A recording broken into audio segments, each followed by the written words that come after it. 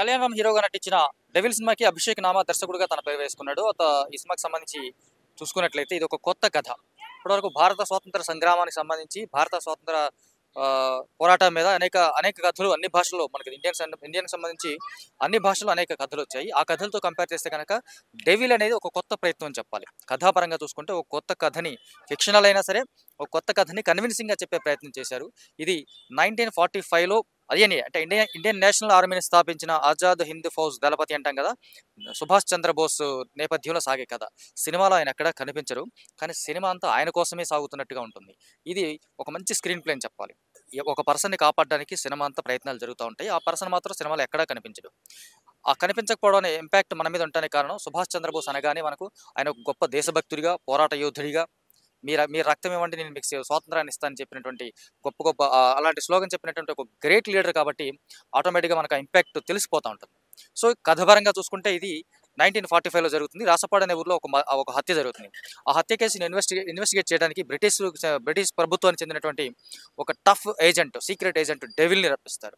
ఒక చిన్న murder case mystery కోసం అంత పెద్ద ఏజెంట్ని ఎందుకు రప్పించారు అనేది సినిమాలో సస్పెన్స్గా ఉంటుంది. అక్కడికి వచ్చినటువంటి ఈ డెవిల్ ఆ కేసుని ఎలా సాల్వ్ చేశాడు, ఆ కేసు సాల్వ్ చేస్తున్న క్రమంలో అతను ఫేస్ చేసినటువంటి ఇష్యూస్ ఏంటి, దీని వెనక ఒక త్రివర్ణ అనే ఒక ప్రధానమైన ఒక పాత్ర ఉంటుంది. ఆ పాత్ర ఎవరు, ఆ పాత్ర ద్వారా ఆ పాత్రని క్రాక్ చేయడం ద్వారా, అంటే సీక్రెట్ కోడ్స్ ద్వారా క్రాక్ చేయడం ద్వారా, అతని ద్వారా ఈ సుభాష్ చంద్రబోస్ను పట్టుకోవాలనుకున్న బ్రిటిష్ వారి ప్రయత్నానికి డెవిల్ ఎలా సహకరించాడు, డెవిల్ ద్వారా వాళ్ళు సుభాష్ చంద్రబోస్ను పట్టుకున్నారా లేదా అనేది సింపుల్గా కథ. ఇంకా ఎక్కువ చెప్తే ఇది స్టోరీ డ్యామేజ్ అవుతుంది. ఖచ్చితంగా వెండి తెర మీద చూస్తుంటేనే ఆ థ్రిల్ అనేది మనకు కనిపిస్తుంది. సో స్క్రీన్ ప్లే పరంగా చూసుకుంటే ఇది ఒక మంచి స్క్రీన్ ప్లే అని చెప్పాలి. కాస్త కంటే డీటెయిలింగ్గా వెళ్తూ ఉంటుంది. ఒక మర్డర్ జరిగిన దగ్గర నుంచి ఆ హత్య ఎవరు చేశారనే కోణంలో ఫస్ట్ హాఫ్లో సాగే ఇన్వెస్టిగేషన్ అంతా వెరీ ఇంట్రెస్టింగ్గా ఉంటుంది. అంటే మామూలుగా మనకు ఫస్ట్ హాఫ్ అంతా ఒక సస్పెన్స్ థ్రిల్లర్ సినిమా చూస్తున్నటువంటి ఒక ఫీల్ వీళ్ళు క్రియేట్ చేశారు. కానీ అసలు టార్గెట్ వేరు కదా, ఈ సుభాష్ చంద్రబోస్ని పట్టుకోవాలనుకుంటున్నారు కదా, డెవిల్ కళ్యాణ్ రామ్ లాంటి హీరో బ్రిటిష్ వాళ్ళకి ఎందుకు హెల్ప్ చేస్తున్నాడు అనేది సినిమా కథలో మనకు ఒక అసంతృప్తిగా అనిపిస్తూ ఉంటుంది. ఈ సెకండ్ హాఫ్కి వచ్చేసరికి సెకండ్ హాఫ్ తర్వాత కూడా ఈ తరహా అసంతృప్తి మనకు కంటిన్యూ అవుతుంటాయి. సెకండ్ హాఫ్లో ఎవరైతే త్రివర్ణ అనే ఒక మణిమేకల అనే అమ్మాయిని పట్టుకున్నారో ఆ తర్వాత కూడా కళ్యాణ్ రామ్ కామ్గా ఉన్నప్పుడు ప్రేక్షకులకు కొంత కోపం వచ్చినట్టు అనిపిస్తుంది. బట్ ఆ తర్వాత జరిగే సన్నివేశాలన్నీ ఒక ఎమోషనల్గా పీక్స్కి తీసుకెళ్తా ఉంటాయి.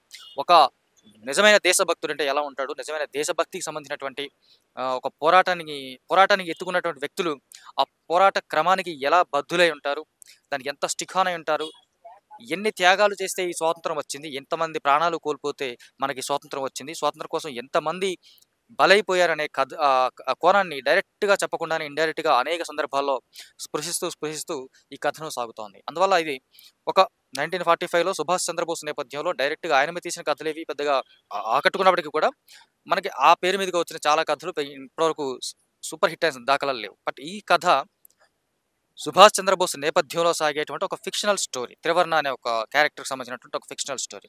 ఈ త్రివర్ణ ఒక లేడీయా అబ్బాయా అనేది మనకి సినిమాలో చూస్తే తెలుస్తుంది. బట్ ఒక కథనం పరంగా చూసుకుంటే కొంచెం స్లోగా సాగుతున్నప్పటికీ కూడా ఎవ్రీథింగ్ డీటెయిలింగ్గా వెళ్ళడం, ప్రతి అంశాన్ని వదలకుండా చెప్పడం, చివరికి క్లైమాక్స్ వరకు వచ్చిన తర్వాత దేశభక్తి అయిపోతుంది కదా అనుకున్న క్రమంలో ఫస్ట్ జరిగినటువంటి మర్డర్ వెస్టర్ని కూడా క్లియర్ చేయడం అనేది ఖచ్చితంగా అప్రిషియేట్ చేయాల్సినటువంటి విషయం. కొన్ని సందర్భాల్లో ఇలాంటి సినిమాల్లో కొన్ని సందర్భాల్లో అవి పక్కకి వెళ్ళిపోతూ ఉంటాయి, స్కిప్ అయిపోతూ ఉంటాయి. ఒక ప్రధానమైనటువంటి అంశంతో కథ స్టార్ట్ అయినప్పుడు ఆ అంశాన్ని వదిలివేయకుండా ఖచ్చితంగా పట్టుకొని క్లియర్ చేసి హత్య ఎవరు చేశారు, దాని కారణాలు ఏంటి, దాని నేపథ్యం ఏంటి, ఇవన్నీ చాలా స్పష్టంగా చెప్పే ప్రయత్నం చేశారు. అవన్నీ చాలా బాగున్నాయి కూడా. ఓవరాల్గా చూసుకుంటే ఇది ఎంటర్టైన్మెంట్ పరంగా పెద్దగా అంటే రెగ్యులర్ కామెడీ లేకపోయినప్పటికీ సత్య పంచులు కానీ అతని టైమింగ్ కానీ మరోసారి ఆకట్టుకునే ప్రయత్నం చేశాయి. డెవిల్గా నటించినటువంటి కళ్యాణ్ రామ్ గురించి ప్రత్యేకంగా చెప్పాలి. యాక్చువల్లీ ఈ పాత్రను అతను పూర్తిగా అడాప్ట్ చేసుకున్నట్టుగా కనిపిస్తుంది. తను డెవిల్గా మారిపోయాడు.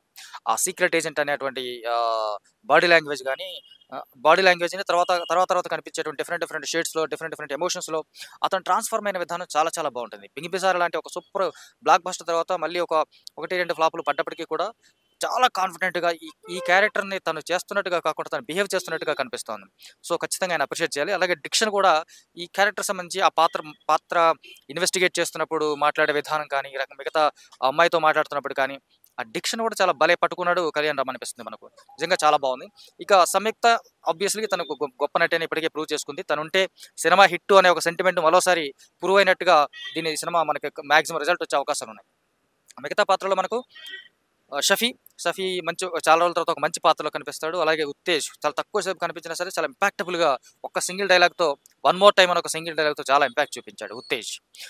టెక్నికల్‌గా చూసుకుంటే ఈ సినిమాకి బ్యాక్‌గ్రౌండ్ స్కోర్ ఒక మూడ్‌ని క్రియేట్ చేస్తుంది. 1945లో ఉన్నాం కాబట్టి మనం చాలా హెవీ బ్యాక్‌గ్రౌండ్ స్కోర్‌కి అవకాశం ఉన్నా కూడా అటు వెళ్ళకుండా ఒక సెటిల్డ్‌గా సన్నివేశాలను సస్టైన్ చేస్తూ, సన్నివేశాలకు తగ్గట్టుగా అవసరమైన చోట హై మూవ్‌మెంట్ ఇస్తూ, గూస్ బంప్స్ తెప్పించేటువంటి మూవ్‌మెంట్ ఇస్తూ, అనవసరమైనటువంటి రణగొణ ధ్వనులతో కూడిన నేపథ్య సంగీతం లేకుండా చాలా బాగా హర్షవర్ధన్ రామేశ్వర్ నేపథ్య సంగీతం అందించారు. ఉన్న 2, 3 పాటలు చాలా బాగున్నాయి. బ్యాక్‌గ్రౌండ్‌లో సాగేటువంటి 'వందే మాతరం' అనే మాంటే సాంగ్ కూడా కొంచెం కరెక్ట్‌గా వింటే గనక చాలా బావుంటుంది.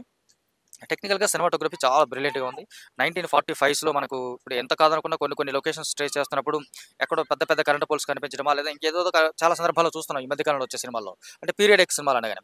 అలాంటివేమీ లేకుండా వింటేజ్ కార్లను వాడుకుంటూ వింటేజ్ బిల్డింగ్ సెటప్‌ని ఆర్ట్ వర్క్ సంబంధించి గానీ, సెట్ ప్రాపర్టీస్ కానీ ఇవన్నీ ఆ కాలానికి సంబంధించి చాలా దగ్గరగా ఉండేలాగా చాలా జాగ్రత్తలు తీసుకున్నారు. ఇవన్నీ అందువల్ల ఈ కథ ఇంకొంచెం ఎక్కువ కనెక్ట్ అవుతుంది ఆడియన్స్ చూసేవాళ్ళకి. ఇప్పుడు కాదు ఇది అప్పుడే జరుగుతుంది ఇది. 1945లో జరుగుతున్న ఫీలింగ్ కరెక్ట్‌గా ఆడియన్స్‌కి కనెక్ట్ అయ్యేలాగా ఉంది. సో ఇది నెక్స్ట్ యాక్షన్ సీక్వెన్స్ గురించి చెప్పుకోవాలి.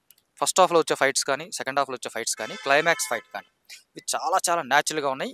ఏదైతే డెవిల్ క్యారెక్టర్ ఉందో ఆ క్యారెక్టర్‌కి తగ్గట్టుగా ఈ ఫైట్స్ కంపోజింగ్ ఉంటుంది. అతను ఎంత ఫాస్ట్‌గా మూవ్ అవుతాడు, ఎంతమందినైనా చంపే వ్యక్తి, ఒక ఒక లక్ష్యానికి కమిట్ అయిన ఒక వ్యక్తి ఎంత ఫాస్ట్‌గా మూవ్ అవుతాడు, ఎంత డెడికేటెడ్‌గా ఉంటాడో అనే ఆ క్యారెక్టరైజేషన్‌లో నుంచి ఫైట్స్ కంపోజ్ చేసినట్టుగా కనిపిస్తుంది. ఇది కూడా కొంచెం కొత్తగా ఉంది. మనకు మామూలుగా ఫైట్స్ అనగానే ఒక మాస్ సినిమా అనగానే మాస్ హీరో అనగానే లేదా ఒక స్టార్ హీరో అనగానే ఫైట్ ఒక రేంజ్‌లో ఉంటుంది. బట్ ఇది క్యారెక్టరైజేషన్‌లో నుంచి ఒక ఫైట్ క్రియేట్ చేయడం అనేది ఆ ఇంపాక్ట్ కూడా స్పష్టంగా కనిపిస్తుంది. కళ్యాణ్ రామ్ చాలా ఎనర్జిటిక్‌గా అన్ని ఫైట్స్‌లోనూ ఇరగ్గొట్టాడని చెప్పాలి సింపుల్‌గా. ఓవరాల్ డైలాగ్స్ చూసుకుంటే డైలాగ్స్ చాలా బాగున్నాయి. ఆ కోడ్స్, డీకోడ్స్ సంబంధించినటువంటి విషయాలు కానీ డైలాగ్స్ చాలా బాగున్నాయి. Sets, arts, costumes everything is fine. Direction పరంగా ఎవరు చేశారనేది పక్కన పెడితే డైరెక్షన్ సింప్లీ సూపర్బ్ అని చెప్పాలి.